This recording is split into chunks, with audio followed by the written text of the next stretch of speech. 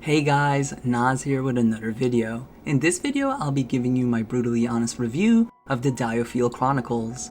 We'll cover the story first since I'm sure that's what most of us play for. The demo started out really strong and made me excited for the full story. Sadly, after playing the full game, I'm gonna say it right now. If you're getting this game for the story, go spend your money elsewhere. The story is mediocre at best with a lot of typical tropes that led to a very obvious plotline. There were one or two plot twists that surprised me, but that's about it. One of the biggest complaints is that a character would clearly do something wrong that would upset the rest of the party, and instead of talking it over and having a character development moment, they saved it for later because the current situation was on the battlefield.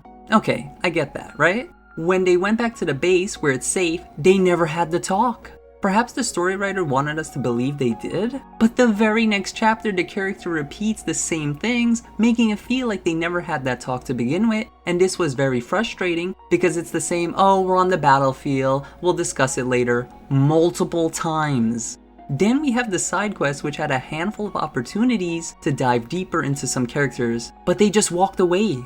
No, like I mean they literally walked away. Like as soon as you were getting to the part, they just left the screen and you were done. I found it so hard to relate to any of these characters or grow attached to them as it felt like they were robots. The game has a roster of 16 playable characters, so I didn't expect all of them to be fleshed out, but the core party we started with felt like strangers at the end. I was disappointed with the story because the demo did a good job in making me want to actually play the story, and this is coming from a gameplay first kind of guy. For anyone who played Final Fantasy XIII, then this game is similar as most of the good lore is hidden in the library. So most people will miss out and say it lacked lore, but it was pushed off to the side, never given the chance to see daylight. Another story element I want to mention is the tutorial was misleading as it had a decent CGI leading into it. In the current day of gaming, one would expect this to happen throughout the game, but there were only 2 other CGIs in the whole game. Now for the reason I originally played this game. The demo had me hooked because it's been a long time since I played a real-time strategic RPG game. This game hits that itch very hard. Like I mentioned prior, you have a roster of 16 members, but you can only deploy 4 of them. This leads to some nice strategic decisions depending on what enemies you'll be facing and which characters have the better passives for that fight. Skills in this game aren't tied to characters, but to the weapons they are equipped. Every character comes with a different weapon, despite them being in the same role. For example, Andreas is a soldier because of the blue symbol, but he wields the daggers, while Izzy has the sword and shield. Once you have more than 4 party members, you can then have them accompany a party member acting as a sub-job. This leads into some fun team building as I had Fred lead the charge since he's a cavalier who has increased movement speed, and I had a soldier as the sub-job, making him establish aggro before anyone got there. I had a blast mix and matching party members, trying to find the best combinations. The weapons were a bit of a letdown as you can't customize the god weapon with the skills you wanted. The game has a weapon development shop that has pre-made weapons and you're essentially locked into the skills the developer wanted you to use, as these weapons have noticeably higher stats than the weapons you want to actually use. Not only was this disappointing, but when you buy the weapon from the facility, you don't get the weapon. You then have to go to the shop and spend a large amount of gold on these weapons. I'll get back to this in a moment. Each character is different because of the weapons they can use, but some share the same weapon, so the way the game differentiates them is by their abilities. While this is a great idea as abilities are passive that determine how you want to build your team, the way you get ability points is absolutely horrendous. Starting at level 5, you acquire 1 AP per level. This seems fine, right? Well, get this. All the good abilities are locked behind a 10 AP cost. That means you have to wait 10 levels just to purchase one of these. I beat the game with an average party level of 38. This means I only acquired 33 AP from start to finish. I did all the side quests so I didn't miss anything besides having to go and grind. The progression was very slow and it doesn't stop there. Each skill has 3 levels, each of them being a worthy upgrade, whether it's increased damage, shorter cooldowns, reduced costs, and more. These were well done, but acquiring skill points is given by beating a mission without dying or under a time limit.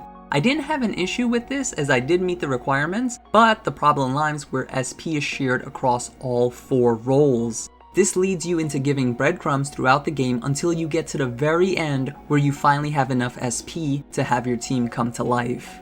Equipment in this game consists of your weapon, which I mentioned contains the skills you have in combat, and then your accessories. The accessories are mostly just stats until you get to the end of the game, where they come with unique passives or a weaker version of character passives. The sad part is the price jump is astronomical, as you can see. This led me to only gearing up 1 or 2 characters optimally out of a party of 8 that you can have. Once again, I did all side quests and I was still short on gold, feeling very poor. All forms of resource in this game were hard to come by because after beating the game you get a New Game Plus. As of making this video, I'm unaware if there's New Game Plus only content, but this is how the developers want you to go back and get these resources very quickly, as you'll be way higher level than anything you'll be fighting.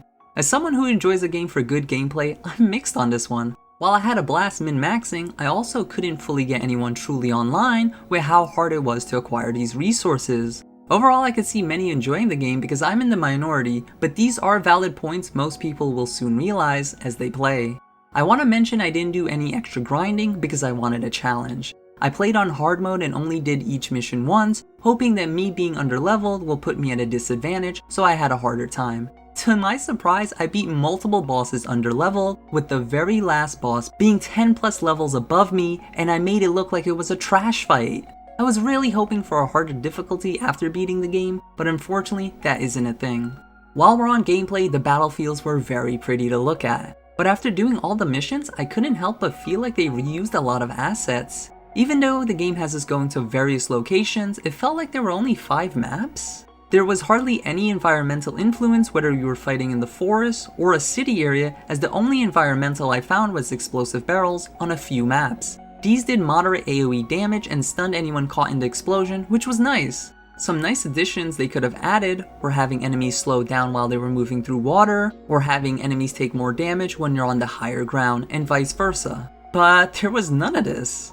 The music didn't really stand out to me, as there was only a handful of tracks and this got repetitive after 40 hours of gameplay.